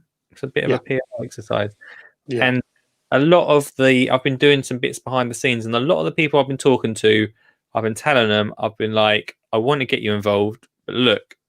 This ain't going to be a no PR. We're going to get kids into gardening. Come buy our product. That ain't going to be. That's not what this is about. And the people that I've been speaking to have been like, yeah, cool, that's fine. Like, we just want to help get kids into gardening. It's not about that side of things. Sure, I mean, that sort of thing might come about, but it's not like a big badge, like saying that they're doing it. I mean, that's the other thing I'm thinking about. Schools who are searching for funding, they might be able to get a local business to sponsor this project. Because I know quite often a local business will sort of say, right, here's 500 quid for such and such or whatever, just because it's good PR for a local company for the school.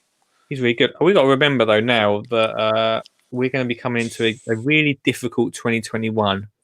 So, unless you're really, and also you've got to have, how do I say this without sounding rude? A lot of confidence is what I was going to say. You've got to have big confidence to go up to businesses and say, all right, can our school have some money to do stuff? Like not, I mean, I keep saying not everyone's got to do it, but not everyone's got to do it that has been doing it for so long and knows how to do that as well. It's almost a skill in itself.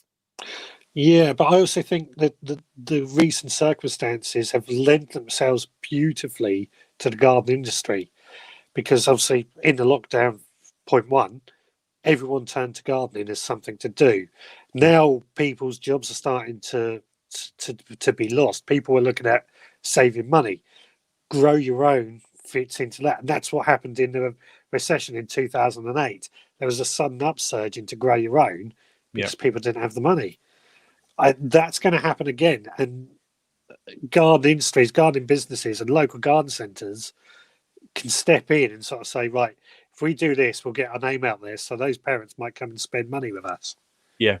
That's true. That is true as well. That makes. I mean, garden brand wise, then yeah, it should be. You'd like to think that after the year we've had, which I'm not saying it's been easy, but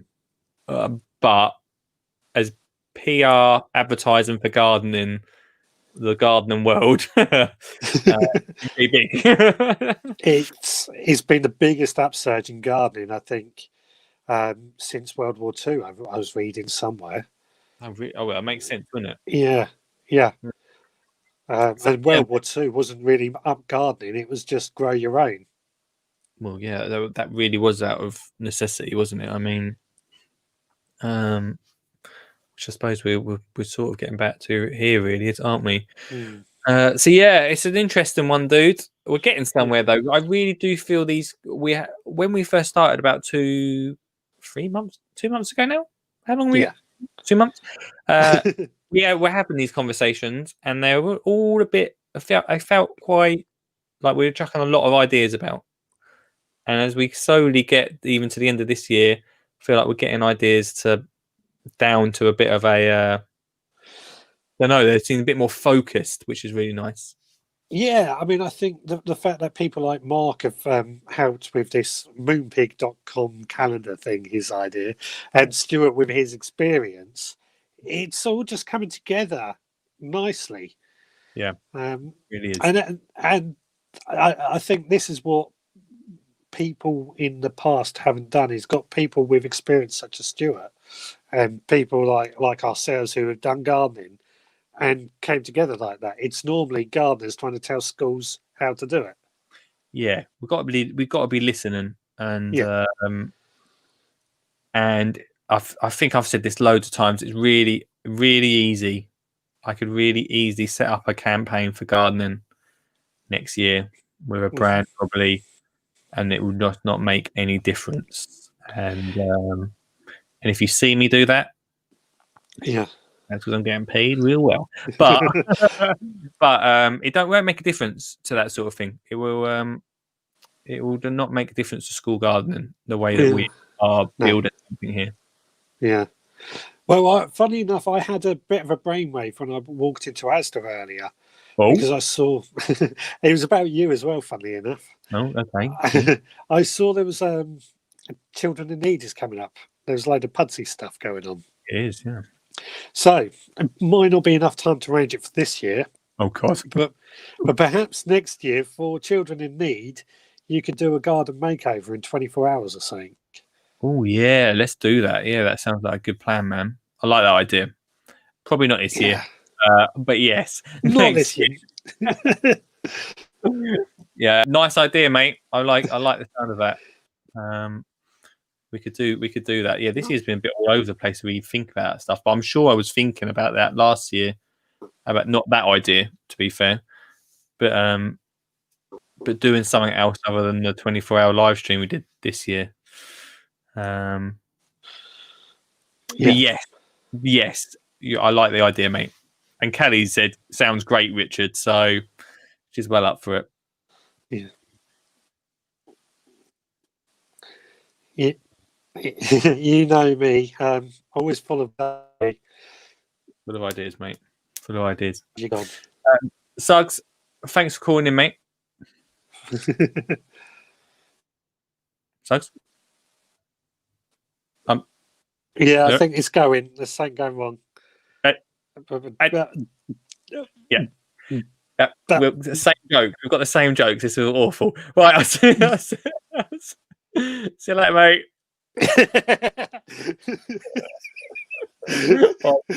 Take care, man. Bye-bye. Some really interesting conversations coming from this tonight, which is great.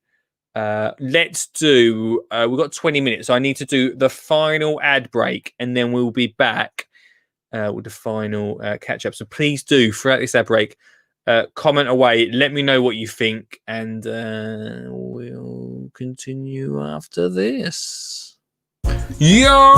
Welcome to the final advert of the show. I just want to say once again, thanks so much for watching. Your support means a lot. And from you guys that are supporting the Garden Club and being part of that amazing community that we've got over there, to you also that have been buying the book. I absolutely love this book. Let's have a flick. Let's see what we can get. The Palette Allotment. Absolute awesome one to get kids gardening in 2021. All those things there help support this 4 nights a week, 8 hours of content, and the Skinny Jean Gardener podcast. All of that helps support those things to get me out to schools, hopefully in 2021, and get the school program thing, need to come up with a name for it, going. I'm really excited about that. In the past few weeks, I've really been pushing it, mainly because of you, team, mainly because of you. You've given me the push to really make that happen, and we are really getting somewhere with that. So thank you so much for all your help with that. It's been amazing, and thanks so much for being here. Like I say, I'd love for you guys, if you can, to either share this stream or even just share the YouTube channel, or share the Facebook, or just share the podcast to someone tonight when you go to bed at 10 o'clock after the show. Just give it a little share so when they wake up in the morning they're like, huh, Skinny Jean Gardener? And let's make this community just a little bit bigger. I can only do it with your guys' support, and I know I ask a lot from you all the time. So thank you firstly so much for everything you already do. I know a lot of you already share the stuff, but just making sure you share a little bit more just makes it a little bit bigger, makes the group a little bit lovelier. We're coming up to Christmas. And those things are really great. The book and the Garden Club, really great to gift. If you fancy getting into garden, if you fancy your mum and dad or the kids getting into garden as well, they're a really great one for that. You know, we're in lockdown. I know some of us already been in lockdown for a while, but gardening can definitely be one of those things that can keep us going. Very much like it did back in March. The weather may be a little bit different, but it doesn't mean that we can't get outside. I think that's really important. And it's one of those things that I've been trying to say to Olive, like, we need to go outside. We need that for us, our mental health, and just being outside and feeling better. We've watched the whole of the Harry Potters, which is great, don't get me wrong, but being outside means so much more to us as a family, to us and our well-being. It's all about making sure children and us get gardening and continue that even through winter, even through those cold months. So anything to do with getting people outside more is fantastic, and hopefully this show does that for you. So thank you so much to everyone that's sharing this, yeah, that's about it really for the advert. We've got about 38 seconds left of the advert. What should we do? What you could do is comment. Whack a comment in the group here. What do you want me to chat about for the last half hour? And call in 07423 574 520. 10 seconds left of the advert. So, little dance to end it. Yeah, or maybe a song. Okay, maybe a little song. Okay, here we go.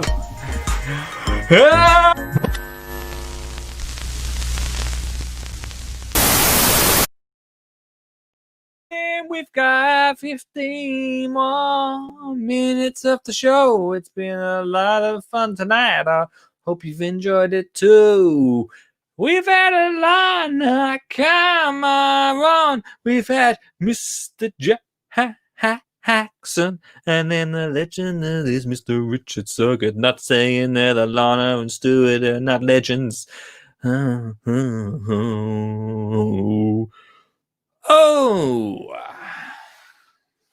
you very much. Right. Last 15 minutes of the show. If you want to call in, 07. What's happening? 07 42 35 74520. Or should we do one more invite? There's an invite in the comments, but I'll whack it in for the last time tonight. a lot of conversation coming about this is wicked. We don't generally at the moment, we're not spoke about this for quite some time. In the last 15 minutes of today's show, I want to tell you about something that I am putting together for next year. It's going to be wishy-washy because I don't know if how much I'm allowed to tell you. Let's be honest. I'm allowed. Oh, by the way, Stuart, if you're still watching, I did get your email through the other day. It's being sent to the schools department. That's right, we've got a schools department, which will be able to get back in touch with you. That's a bit of what do I call it? Admin there. A little bit of admin. Live admin on the show. I've pitched yesterday with Twins Primary School head teacher with Kiss the Ground. Today, she could not stop talking to Dan about getting involved. Then we start talking about getting the kids gardening, and she's already hooked. 2 different ideas brought together can work side by side. That is fantastic. Well done. Kiss the Ground. If you've not already watched it, then please do. We did do a review of it. I think it's on the podcast, the best of podcast already. Please go listen to that now. Rich reviewed it, or a few people different reviewed it on that show. But it's a great one anyway. Better than just go and listen to the review. Go and actually watch it, because it will totally change the way you think about everything. I mainly talked about my driveway in the review show, mainly because every time I look at it, it makes me cry. Lisa says, it's sad to hear gardening isn't on the curriculum, and it really does need to be. Which we get a real mixed response from that, don't we? And I can't put my whole foot into that. It's a really tough one for me to answer, actually, because I've changed my mind quite a bit. Because I think Alana might have mentioned it in the interview. Once it becomes a subject, does it become the same as mathematics, and then we start losing people? I don't think it probably will, but that is from me, because I love gardening. But will that be a thing? There's a real, and sounds really horrible to say, there's a real half-hearted, hope no one on this stream did it, real half-hearted petition. I found positively, be positive. There's a really wholehearted petition up at the moment. It's only got 360 signatures, which I think is a real shame. I've not mentioned it because I don't feel like what has been put in it is. I feel like it's half-hearted. But to get garden on the curriculum, it's not going to go. Unlikely to be able to go into government the way it's doing it.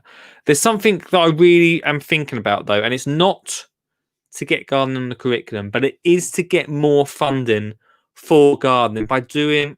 I don't know if I want to become the part of the petition brigade, but I feel like that does get it in front of the right people to be talked about. So, I mean, success has just come in. It really should be on the curriculum. Gardens are all around us and such a huge part of our history. Modern man evolved from hunter-gatherers to farmers through gardening. It's a good point. It did used to be on the curriculum. I should mention that. It did used to be. So, in January, anyway, I'm going to be start of the new year. Me and Richard touched on it about getting, and Stuart touched on it tonight, about getting different brands involved in not brands, but just local businesses to try and get funding. I don't think it should be that way. I don't think it should have to be that way. So we'll be trying to get more. I mean, there's going to be some sort of. We have to look into this a little bit more. This is currently an idea in Lee's head, which is always a worry. For more funding for school gardening or getting gardening to schools. Might have to go down the well-being route somehow, but I think it's really important, and I don't think that teachers should have to look for funding for it. So that's something that I'm aiming for to kick off in January. She will not hear me stop talking about that in Jan. brace yourself for that. And then there's this thing, last 10 minutes of tonight's show. And I wanted to leave it for the last 10 minutes because generally we get the best people stay until the very last 10. So firstly, thanks, because you guys are wicked. And I love to hear what you think. Oh, sorry, Gary did put in a comment. I used to love doing leaf rubbing and leaf art at school in autumn. Apparently due to health and safety, our kids can't do it. Well, that is ridiculous. That's the reason that imagine me being a teacher. I want to show you. I'm not show you. I have to be a little bit careful about how much I tell you about. But there is something that is in the making with. I can't really tell you who is through at the moment. We / have come up with something called the Complete School. What's it called? The Complete School Gardening Success. Which I'm hello, Baker's Callaghan, new to the comments. How you doing? Sorry, if I got your name totally wrong. I'm terrible at names. You're lucky I attempted it. Complete School Gardening Success is called. It's going to be something that's going to be launched in 2021. I am really excited about it. I wanted to get your thoughts on it to begin with, because it is going to be. And it's at the moment, as I talk to you, it's not going to be a Skinny Jean Gardener thing. Hopefully, if it goes how I want it to go, we'll be working with other people in the garden industry to make this happen. I'll just be fronting it up and saying, hello, how you doing? But it's an educational plan for schools. Okay, it is. You have got to pay for it. This is the problem. Not paying for me, but I'll tell you what you got to pay for. But we'll get into that in a minute. And this is a little bit why, if there's a problem with funding, then I'd really like to there to be more for this to actually happen. But it's basically created for people that don't have a steward. So it's for teachers. I always use my mate Matt J, who is a teacher, as an example. And I met so many teachers that really know that the best thing about gardening in schools is to get the kids out there. They know that that's the thing. And it's them teachers that are not massive gardeners. They might potter around but don't know massive amount. And I mean, it sounds awful. It almost holds their hand throughout the whole season. Okay, so it's for teachers. It supports them all the way through. It's called the Complete School Gardening Success. It's for absolute beginners. So before you even go on to doing like the RHS Gardening Awards or anything like that, just having one solid year with your class growing is what we're aiming for. Before anything, we get the education involved in the Grow Your Own section. We also do a lot about wildlife as well. We bring curriculum into those different aspects, and each week you're given an activity as a class to do around a raised bed growing area.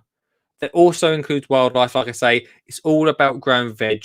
And the idea is you'll successfully get your whole class growing vegetables in the first year. And then you can move on. It's literally a beginner's course. I don't like calling it a course. Sounds a bit too educational when you call it that. But it's a beginner's plan for everyone. Okay. By the way, if you're in the comments, I'd love to hear what your thoughts as I tell you about this. It teaches children the importance of wildlife and how food is grown. It also supports teachers to get the curriculum involved in the gardening. That's really important, especially if you're trying to get the head teacher to say, yeah, that sounds really good. It needs to have that educational side to it as well. And also, more importantly, the biggest thing, obviously, that gardening does is bring people together. That's why we're here, isn't it? So it brings pupils all together as well. In the plan, you get this. It's a beginner's guide. Yeah, sort of a beginner's guide to it. You get a raised bed for the class. It includes the compost.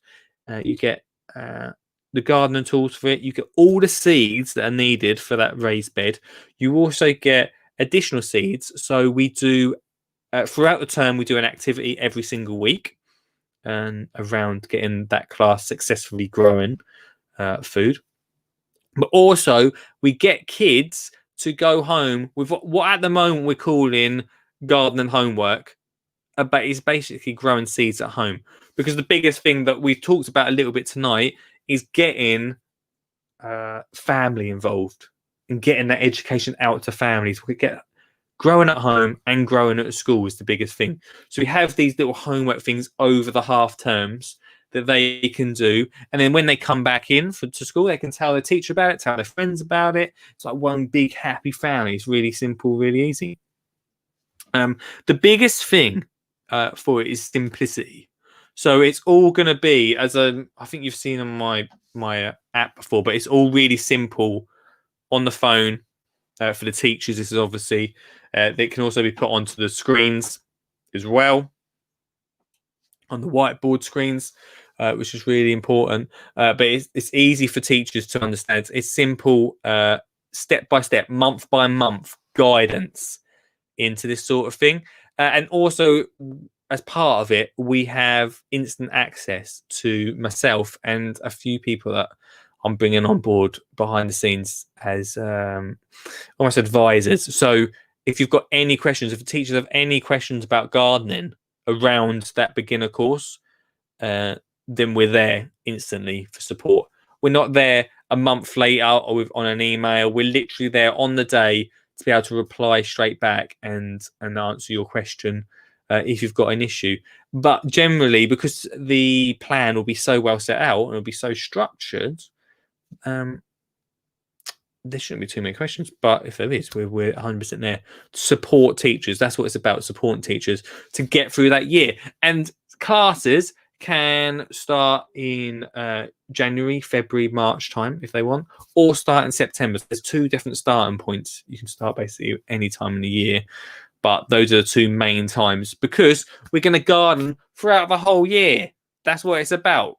And we're going to do it in raised beds because it means that everyone's on the same level when they first start. Any school, no matter what space you've got, whether you've got a massive field out back or a tiny tarmac playground, anyone can do it. So I know we're coming to the end of the show. I know that I know I sort of dropped that on you at the very end, but I do know not everyone watches the end. Do you know what I mean? So I'm happy to share it with you team, and this won't be going on the podcast either. So I'd love to know if you can message me privately if you want, or you can wait until tomorrow night's show. It's totally up to you. I'll probably bring it back up tomorrow night if you fancy it. But for anyone that's in education, any parents, anyone that's really interested in this, thanks, Kelly. Kelly says it sounds amazing. And then I'd love to know your thoughts about it. I'd love to know your input, where you think things will work, what could be added to it. I mean, I've really rushed through the plan, yeah. And when I can actually properly talk about it, I don't think I'm really meant to talk about it, but but when I can actually properly go into it, then I'll give you more detail. Now, we have talked a lot. We talked, Mark Mackey has been on the show, and we've gone into lots of other things, haven't we? We've been talking about loads of different things, mainly around allotments. We talked about wheat growing at one point, and that is going to be pretty much a lot of what we've talked about in the past 2 months. We're keeping hold of it. Some of it is in that plan, but some of what we've talked about is a much bigger thing. It's much bigger than this. So that conversation will probably continue a little bit. That needs to be refined a lot. This is something that 100% is happening in 2021. Whether it will be with who I want it to be with, or whether it will be on my own, I'm hoping that we can come together and make that happen. So I thought I'd drop that on you at the end of the night and see what you think, Pete, and see what you think. Look, what a show. Thanks so much tonight for everyone that's been commenting. I know that it's not everyone's thing, kids gardening. Oh, he's always talking about kids gardening. I try and mix it up on this show. and you know, you guys can get involved as well. You tomorrow, you control the conversation, and I'd very much love to hear from you tomorrow. But thanks so much for your support and your advice, and just watching. I know a lot of you watch almost every night, and I really do appreciate that, keeping me company and keeping it going. If you've not listened to the best bits yet on the podcast, please do. If you fancy letting your mum or your nan or your best mate know about this show and think they might be interested, then hey, that'd be really cool too. Look, have a fantastic rest of your evening. If you're staying up late, I'll be back tomorrow from 8, and that rhymes. So we could always end with that. I need a catchphrase for the end, don't I? But much love. Thank you very much, and hey, let's pick this up tomorrow. Facilia or Pacilio, if you just read it off there. Yeah. Oh, I'm on. Oh, I can't hear you, on. Done something wrong with the thing. Anyway, elephant poo is what I got. Good evening, Lee. How are you? Great, mate. Your signal is always terrible, but I'm good, my friend. Excuse me. You got an allotment? When I go, don't put artificial grass on top of me, all right? Are you going to get composted, Lee? Yeah,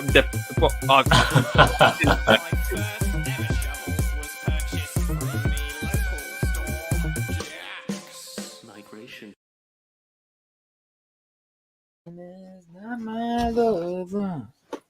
He's just a guy, an awesome guy that taught me about gardening. Oh, he's so awesome.